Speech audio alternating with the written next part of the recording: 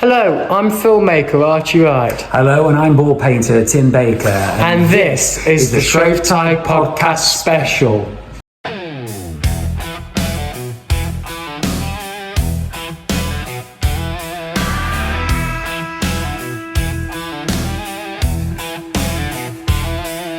They all play hard, they all play well, but there's always stories to be told. That is why I have the great honor to say, Archie Wright and Tim Baker, are you ready for the stories? Who will the guest be today? When the ball is rocked in red, white and blue, and the man tries his best, the players get stories, which is why we are here. Archie Wright and Tim Baker. Who is the guest today?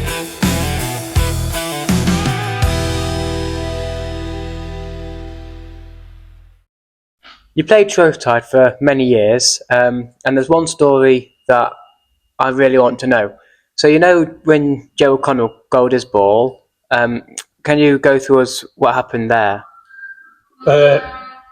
Gerald, God.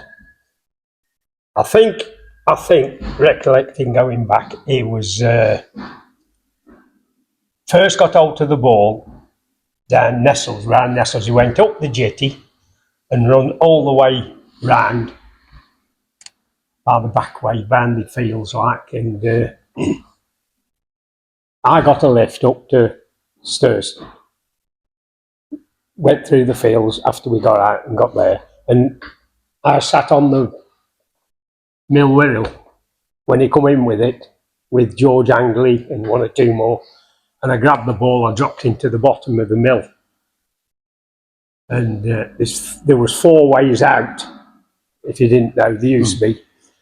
And I was looking for him, I couldn't get out, so they dropped in, took the ball off me and gave it Gerald. I thought, one of them things, another turn count. Ernie, you are, without doubt, for me anyway, and I'm sure a lot of people agree with this, you are a Shrove Tide legend in your own right. You were playing it when I was a little lad, you were playing it before I was even born. But you come in, from my opinion, I think everybody would agree with this, but you come from a family of Shrove Tide legends. Tell us a little bit about the Grants and all the members of your family who've played Shrove Tide. All them that played, bloody hell. I started playing when I was 14, down Tin Town, get a ball.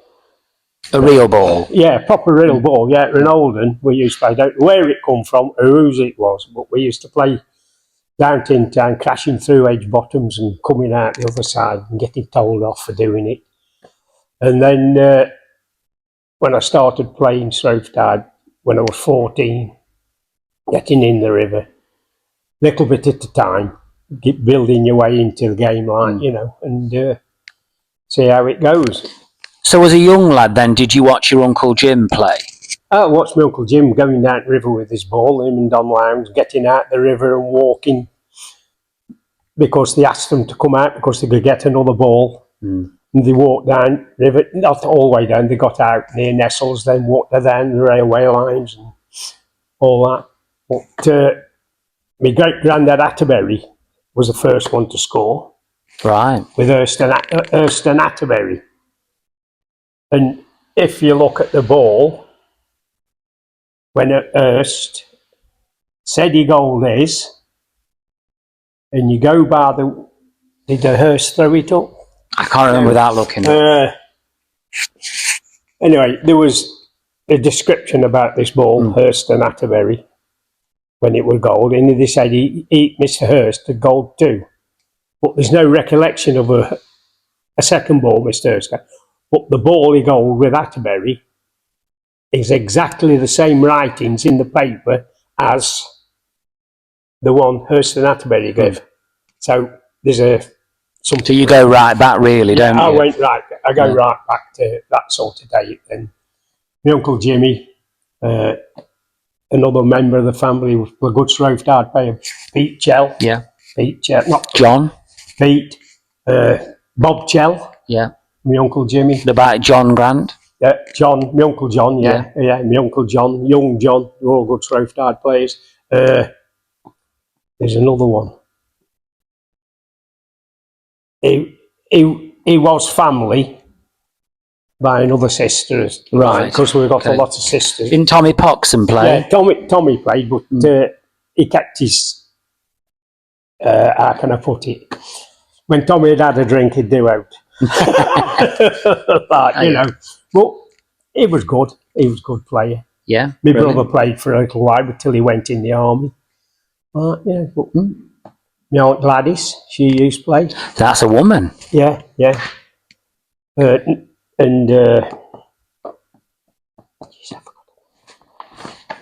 we're looking at? Yeah, Gladys. Gladys, my Aunt Gladys. She get in river alongside men playing in river with. Brilliant. Because nobody else with Bogey's sister. What was her name? Bloody hell. I've just forgot the name now. But obviously women used to get it. Yeah, getting into river and playing in river. I know a couple of women goal the ball. Did you ever see a woman goal the ball? No, I've never seen a woman goal, but it was during the war years and just after. I think when it was all set up. 43. Yeah, 43. Yeah. It was all set up. That was more or less for them to goal it, in my opinion. Yeah. You know. But, so has there ever been in your playing career then a woman worthy of goaling a ball that probably never did? Obviously, do you think Gladys was worthy of goaling one? If there's right, I've got nothing wrong with a woman turning a ball up or a woman goaling it if they can get it. But being on this subject of you want to see a woman throw one up, wouldn't bother me. In my opinion, Thingy Tucknell's wife would be the ideal. Part Royal. Princess Anne's daughter. Princess Anne's daughter. She's a brilliant pace. She was a good horse rider and a good sportsman, but she's down to earth. Just what we want to turn a ball up. Perfect. In my opinion. Well, it's all opinions, mate. Yeah, it's also what it's about. You do what you want. Yeah. So, Ernie, obviously, when was your first... I know you've mentioned playing down Tin Town with a real ball, but how old were you when you started playing the game properly, and how did it 16. feel? When I first got in, to start playing, I'll always remember it. I got in the river between Kennings' two bridges. There used to be two bridges went into Kennings. And I come over the top, which was a no-no in them days. You couldn't go down. I got the ball out, went down, come out, and Joe Wibley picked me up and smacked me straight in my goal, straight in my face. And my Uncle Jimmy just went, "Joe, that's enough," waved his finger, "leave him alone, he's learnt." And he says, "Get him back when you're older." Good old Jimmy. I said, "What do you mean, Jim?" He says, You'll know when it's time to get him back." So I left it till I was about 18, 19, took his feet from under him and elbowed him in his face. Good old Ernie. Yep. You know, but that was it. The good old days. Good old days. Did you ever play with the players like Don Lowndes? I played with Don, Guy Harrison, Bob Chell. Who else really? The Jake, somebody called Jake, always wear a flat hat. Right. Can't remember his second name. Don Prince, another good one. There were a lot of good players, good river players. I'm not talking about people that was runners and all that. Jimmy Clark was a brilliant runner. Pop Robotham was a brilliant runner. It was totally different game to what. So do you think it's different then than it is now? Oh God, we had the best times. There were just enough people playing in the river. There were just enough runners. There were just enough crowd. Now it's too popular, and anything goes wrong, it will be stopped. If somebody gets Such a shame. Yeah. somebody gets injured. So on that note, then, what do you reckon the future of the game will be? If I live to 100 and it's still going, we'll be lucky.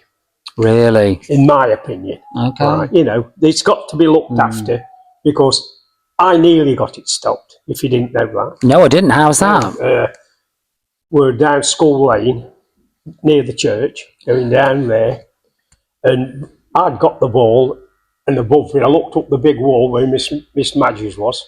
Yeah. Miss Olix, wasn't it? Miss Olix. Miss Olic, yeah. And I passed the ball up to our young John. Him and two more dropped down, but they run straight through a greenhouse.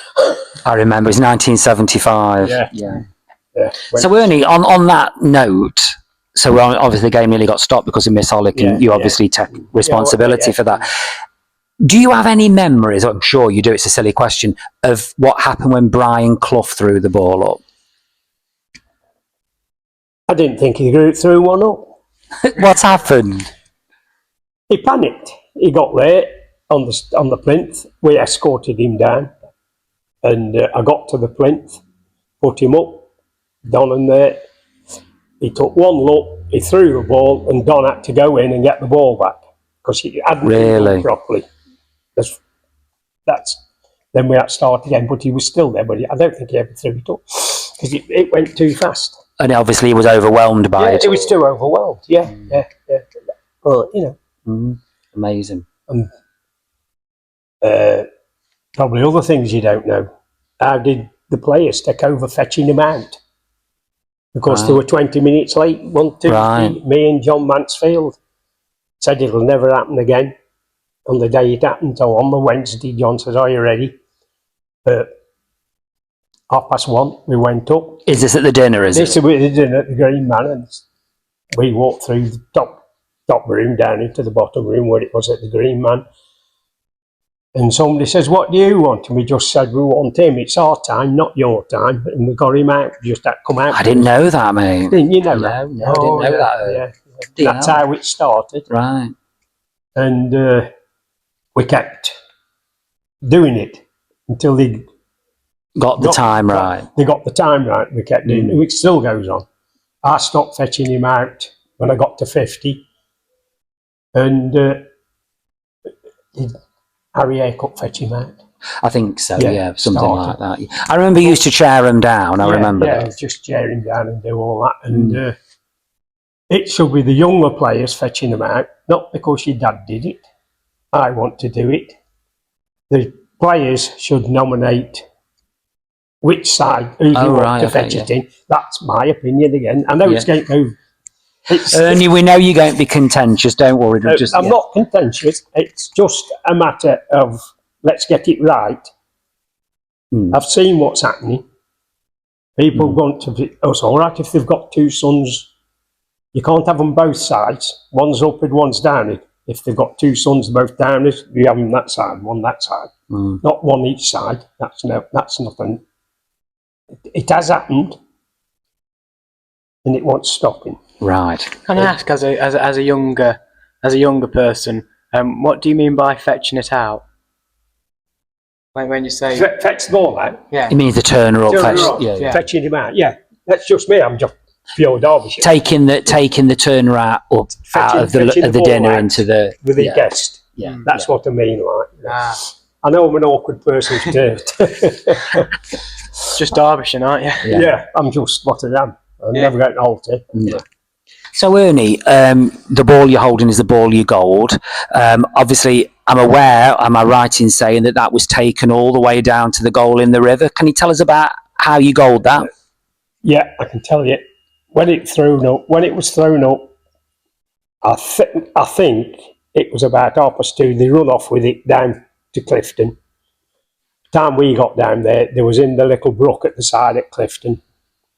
And we pushed it out into the river, got to where you climb out to go up again. But somebody come in and pushed us. Somebody tripped over and we dropped the ball.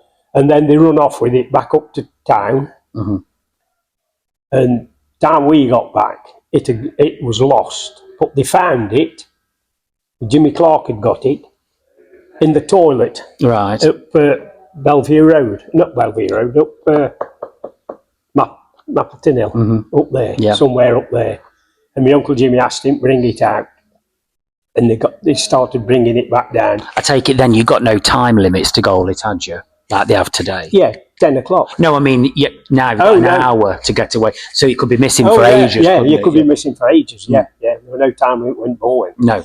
And they brought it down. We was top of Compton by the time we had a drink and got dry from being in the river, like, you know. And we got down to Compton Bridge, where Mrs. Renshaw's shop was, or was it library then? I forget now. Doctors, it was doctors. We went into the river there. They pushed us back to the car park, and then we said somebody elbowed somebody, and they went down. Somebody elbowed somebody else, and we started going back down. But there was two upwards in there with us, John Etches and his brother. Right. Peter, I think it was Peter. I'm not quite sure which name. And we started walking down the river, and it was cold every time you went down. It froze on you, but it wasn't freezing ice, but it was cold. You went down over the lock gates, got to lock gates. The ball was going to be on my Uncle John's. Right. It wasn't going to be mine, it wasn't going to be Uncle John. We're giving it John. When we got over the lock gates, we were walking down, my Uncle John had gone. And they were just, the Etches brothers couldn't swim, so they got out and come round to the other side and got back in again. Well, like 4 of us in at Nestles. We kept walking and walking. And we got to where the cemetery is, where it narrows down in Peaches. I got in the middle, and the young Etches was behind me. The big one was in front, and our John was the side, because we got a back up here where they couldn't get at us. And they come in and we started fighting. We got through that narrow part down there, got to George Peaches, and Etches said, "What's it like down here?" I said, "I've never been past here. The first time I'd ever been past there." And this was about, this time did I score it? 20 past 9. Something like that, don't you? About 20 past 9. And we kept walking. Past George Peaches, there's a willow tree. And I don't know if you've ever been in, the roots grow out. It's like a tanglement. I've heard of it. It's horrible. And you're wrapping around your bloody legs and everywhere, like, you know. But we kept going. Then we had some soft sand that went down to your knees. That struggled, because we kept passing the ball and pulling it out. That weren't much, about 10, 15 metres, something like that, where it had all washed up. Then we got down to Clifton Mill. Could hear my Uncle Jimmy shouting, "Ernie," where I couldn't see him. We got no lights. I said, "Yeah, I'm here. Where? Walk to my voice." And we walked across to his voice. Couldn't see. Just as we started climbing out of the river, we got to the top. Jeff Ambleton and my Uncle Jimmy started swinging fists to push our way through, because they wanted to take it off. Right. And when we got to the stone, I says to our young John, "Do you want it?" He said, "No, you take it, you've got it." And I hit it twice, turned my hand, and hit my hand on the stone with the ball, and I broke 2 fingers. Really? Yeah. And but we got the ball, that's all that matters. It is. But yes, I did walk all the way, and it was 55 years since anybody's done it. Yeah, would be done, yeah. And I can't remember anybody walking up the river. No. Ever. I know. In my lifetime. I know your Uncle Jim and my Uncle Charlie did. Yeah. In 56. They went all the way down the river, yeah. Uncle Jimmy, Charlie went down. Right. Remember that one? Uncle Jimmy got out. He was with your Uncle Jim was with Charlie, yeah. I remember that one, yeah. I was a very old one. No. 57. 56. 56, really hell. So just quickly for Archie, because I want to get this one in, just regale us what happened when George Peach ended up to the neck in the water. Oh, when the piggy kicked him off top of the bank. How did that happen? Why did that happen? We was in some deep water. I think it was up back to shoulders in this deep. It's where it had washed out under a tree. And George saying, I want my son to have this, I want my son to have this. But Piggy kicked him off top of the bank and he fell in the water with his hat on. But he must have gone down arse first, feet out, and he took it down and he come back up with his hat on top of his head. But he was stuck in water. His foot had gone into a root. There is a picture, Archie, of George Petrie throwing the ball up to the net and Ernie trying to help him out. And bloody hell, his foot was loose. I went down, dragged his foot out, and he got up and he said, I might as well walk down with you and go have my son. I said, there's no way your son having this one. And you're John Goldie? Yeah. 73? Yeah. Uncle John had it. Yeah. Now, there's this one story I've heard before of when the ball went into Woolworths years ago. Woolworths. Were you there? I was a child when it went through Woolworths. Can you remember it? Yeah, I can remember it. I said the kid in Ashburn could remember it. You got your toffees for the day.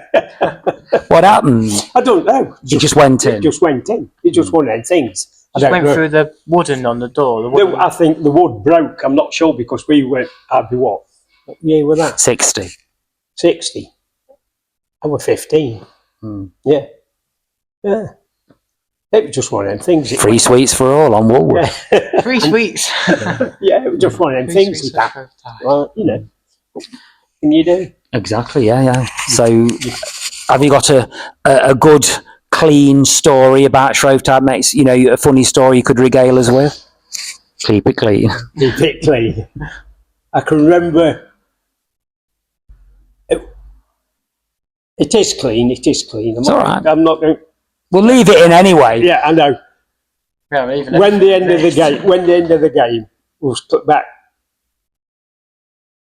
we were sitting in Swan. We'd had enough, like you do. I think it was about 9:30. 10 o'clock finish. I thought, well, runners have got it. Sat with Pop, Rowbotham, and 3 or 4 more, our young John, old John. Pop said, I'm going to go out and get ball. I'll bring it back. I said, it'll come. Right, we're all having a drink. 10 minutes. Pop's back with ball. And we sat down, put it underneath feet there. In the pub? In the pub, sat there. Because you can't go anywhere with it. You couldn't score it. So Piggy Harrison come in. I want that ball. They knew where it were. I want to hand it in. I said, we haven't got it. He said, I know it's here. And he was on his hands and knees trying to get this ball and we're kicking it backwards and forwards underneath. Brilliant. Underneath the, Under the table. That's a good story, Ernie. That's it, Yeah. When we was playing in the river, when you'd been in probably an hour, because it's not like it is now, they don't like water. No. They don't like water like we used to like it. And Don would say, let's put the ball down for a minute and have a drink. I said, where are we going to get a drink from, Don? No problem. This is Don Lowndes. This is Don Lowndes. And Mrs. Etches be somewhere about from down Sandybrook. A bottle of whiskey had come out. You'd sit down and put the ball down and nobody would touch it. Then they'd start singing. Amazing. You know, I thought, what the bloody hell? This is when I was only 16, 17 when they were doing that. You were drinking. Oh, what! You could never do that now, could they? It was just someone just take it and run off with it now. Then, you didn't dare pick it up. No. Wow. Your wrist. Well, Ernie Grant and Don Lowndes protecting the ball. They wanted to touch it, would they? No, I wasn't. Was you not? I was only a young lad. I was 16, 17. Right, when you were up against my Uncle Jimmy and all them, and George Challoner and his brothers, Cecil, Cess and all them, like, you know. Yeah, iconic players, all of them, weren't they? They were good. They were good, but they could run and play river, and that's what they did. Right, you know, they were good river players. Right, Ernie, in your playing career, would you ever have liked to have goaled more than one ball? I had a chance. Did you? Yeah, I gave it Harry Airkilt. Ah, right. And just one of the things, Paddy said he'd bring it in, and I was there, and I thought, I don't want another.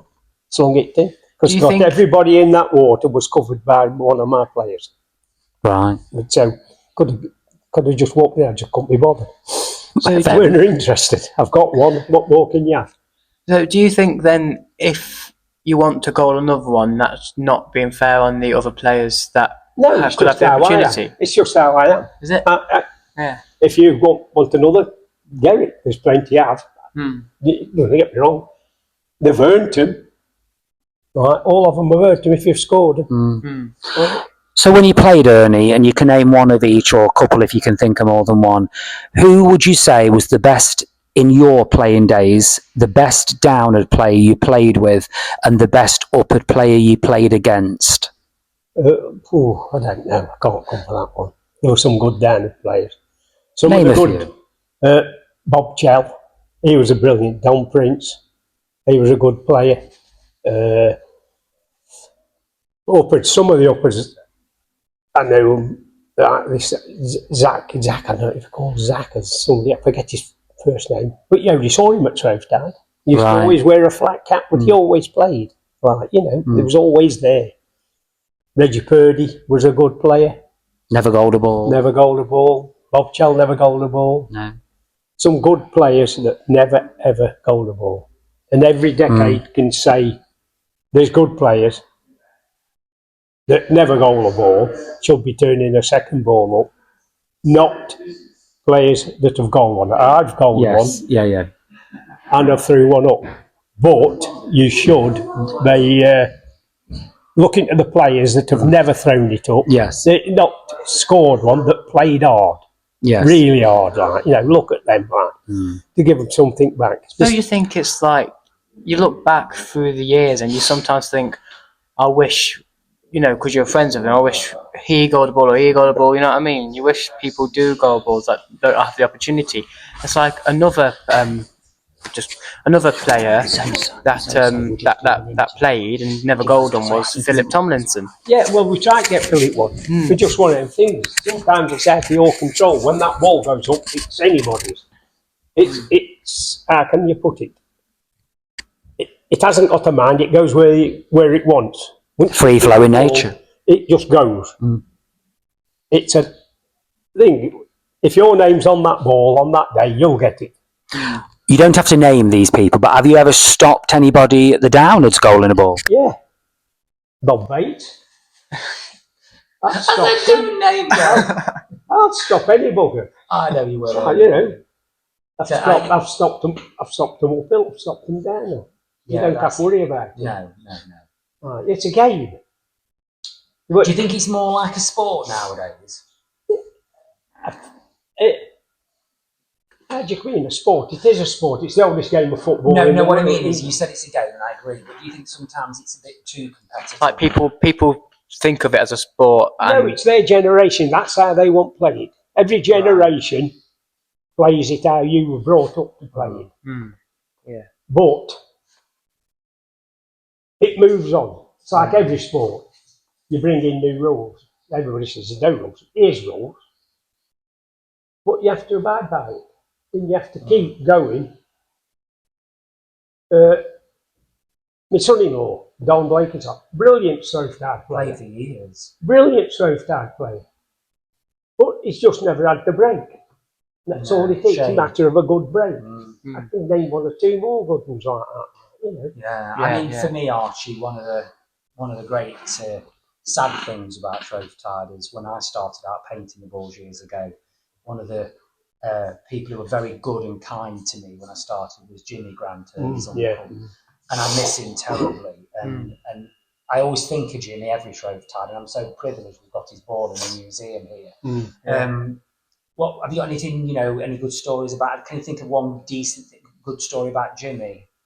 The only time I can think about my Uncle Jimmy, first time I went down my Aunt Tanny's one day, and him and Don Lyons were having a bloody bath. I'm saying no. Jimmy's one of the he was hard as rock. He was a Marine, wasn't he? Oh yeah, he was a Marine. But he was one of the nicest people you could ever meet. He was, very,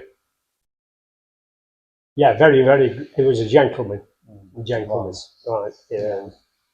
Lots of people, Ernie, we've got this painting behind us here, this river. Lots of people now gone on that with. I bet you look at that now and you think it's sad how many have gone. I've got it.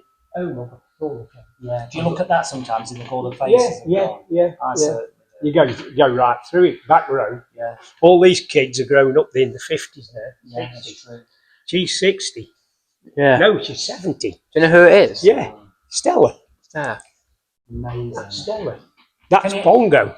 Pongo wearing. Yeah. Pongo. I see Walter Turner on there. Can you remember him? Walter. The policeman. But he can, Did he ever take the ball off you? Hey? Did he ever take the ball off? Yeah, I knew when it was finished with. Perfect Basically, dance. hey? At 10 o'clock, yeah. Yeah. Obviously, you can remember it being played till midnight. Oh, yeah. Yeah. Was it better when it was played till midnight? It was harder. Oh, Harder. Yeah, because you were in the dark and it was, everything went. That's when everybody wanted, you'd start fighting then, like, punching. And when you got to challenge the boxers, a lot of boxers, and you knew when you was at your depth. You knew when you was at your depth. brilliant. You kind of kept, Don was a boxer, George, Guy Harrison. Guy, next boxer out over Albert Mitchell, Oh, yeah, Wacker. Wacker, he was a good one. That's why they called him that. Yeah, wasn't he was a good one. But he never, I can't remember playing snow star, but when you got on to boxing, yeah, there was a lot of. Yeah. I suppose when it was played at midnight, was it that people probably, it was more of a chance of being gold as well then, because people were They just coming playing. out at pubs. All pubs closed at 10 o'clock then, weren't it? Yeah. Pubs closed at 10. They were all drunk and they wanted a game of Shrove time to carry on and carry on. Well, it was a good game, good times. Has there ever been a time when it gets stopped at 10, but the players just refuse to? No, No. They've always respected the end Yeah, time. that's what they wanted. That's what, to keep the game going, you have to respect whatever it takes to keep the game going. Yeah. Doesn't matter, as long as it keeps going. Yeah. So, Ernie, you're holding this ball in your hands and you hold it in 1970. Do you want to just show the folks at home a little bit about what's on it? Hey. And regale everybody what you've just done with it. No, sorry. So you just know, guys, I'll tell you, he's just some next door neighbours were in a swimming pool and he's just thrown the ball in this last summer to them in the swimming pool, so he played with it in the swimming pool. So what's on it then, Ernie? Come on, let's have a look. There's me turning my second ball up. Right, the church, in memory of my Aunt Gladys, who was a very good Shrove tider, respected Shrove tider. The old plinth that I scored on, Was it hard just going on that? yeah, because when we were coming out, you were buggered. Yeah. Was it hard to see you had gold at that? Yeah, because there's too many hands on it. That's why we always go back. That you should always go back and do it on your own. That's I did. Because they said, "Oh, you didn't score it right. We'll take it off you." And I thought, so I went back and goaled it again. Well, make sure. Prince of Wales feathers. Of course, Lord Cullen was what is it called? Equerry to Prince. Yeah. I've had that put on. I've got both the dates. Both princes put it on. And the Union flag. And Union flag, which, being half American, You are? yes, didn't you know? No.